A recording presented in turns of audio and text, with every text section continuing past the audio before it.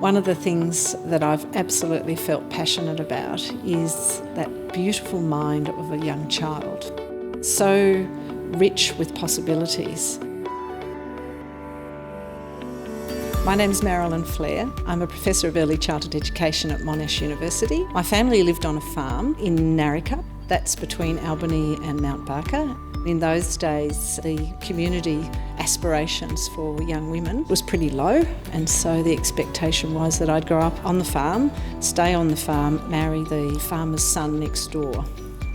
The magic moment for me was going to the local kindergarten. One child started to count the objects, and in the process of counting the objects, I became curious. When the kindergarten teacher talked about the kind of learning that was going on, the kind of thinking that the children were engaged in, I was just hooked. That was what started me on my journey to becoming an early childhood educator and later on as an academic. And I would have been 14.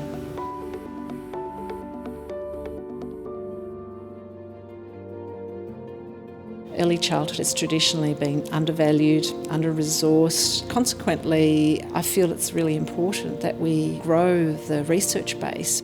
People often think that young children are these beings to be loved, but it's more than that. When we think about children as thinking people, we create an environment that's always stretching them so that that young mind's able to think in new ways. I wanted to grow the research so that we as educators in Australia have an Australian evidence-based model that is a credit model that recognises that early childhood educators are these amazing people. Marilyn came to our school, and with my class of pre-primaries, she created a play world and demonstrated that through the story of Rosie's Walk. Rosie the hen went for a walk. As soon as we entered the play world, we were all in our characters. Group of bees. You're the queen bee. I'm the queen bee. Oh. Group of foxes and group of chickens. Who is stinging? We're stinging. So the kids then went back to the tables and started making maps for Rosie's cousin to find Rosie.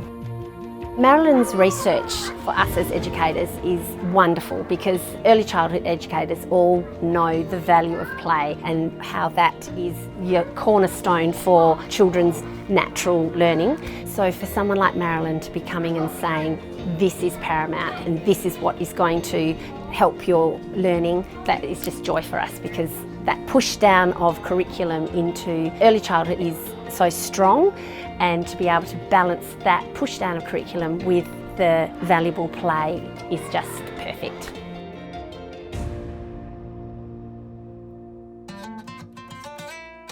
The Laureate Fellowships are the ARC's most prestigious fellowship, and they provide the funding and the opportunity for internationally recognized researchers to conduct research that is going to make a difference nationally and internationally. When the faculty and the university asked me to put in an application, I thought, that's never going to happen.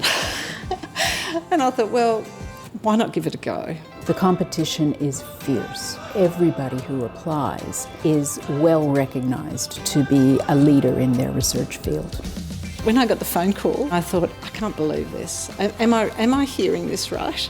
This is a really important moment, historic moment for early childhood educators and researchers in Australia. So educators will try out the conceptual play worlds model that has come from my previous work.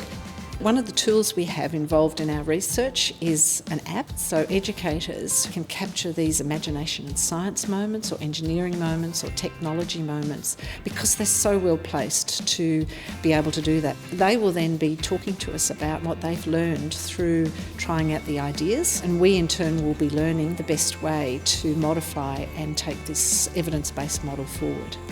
Once the children have experienced this early childhood setting, being creative and imaginative and solving lots of interesting problems, we're hoping that these amazing people will wind up being chief scientists of the future.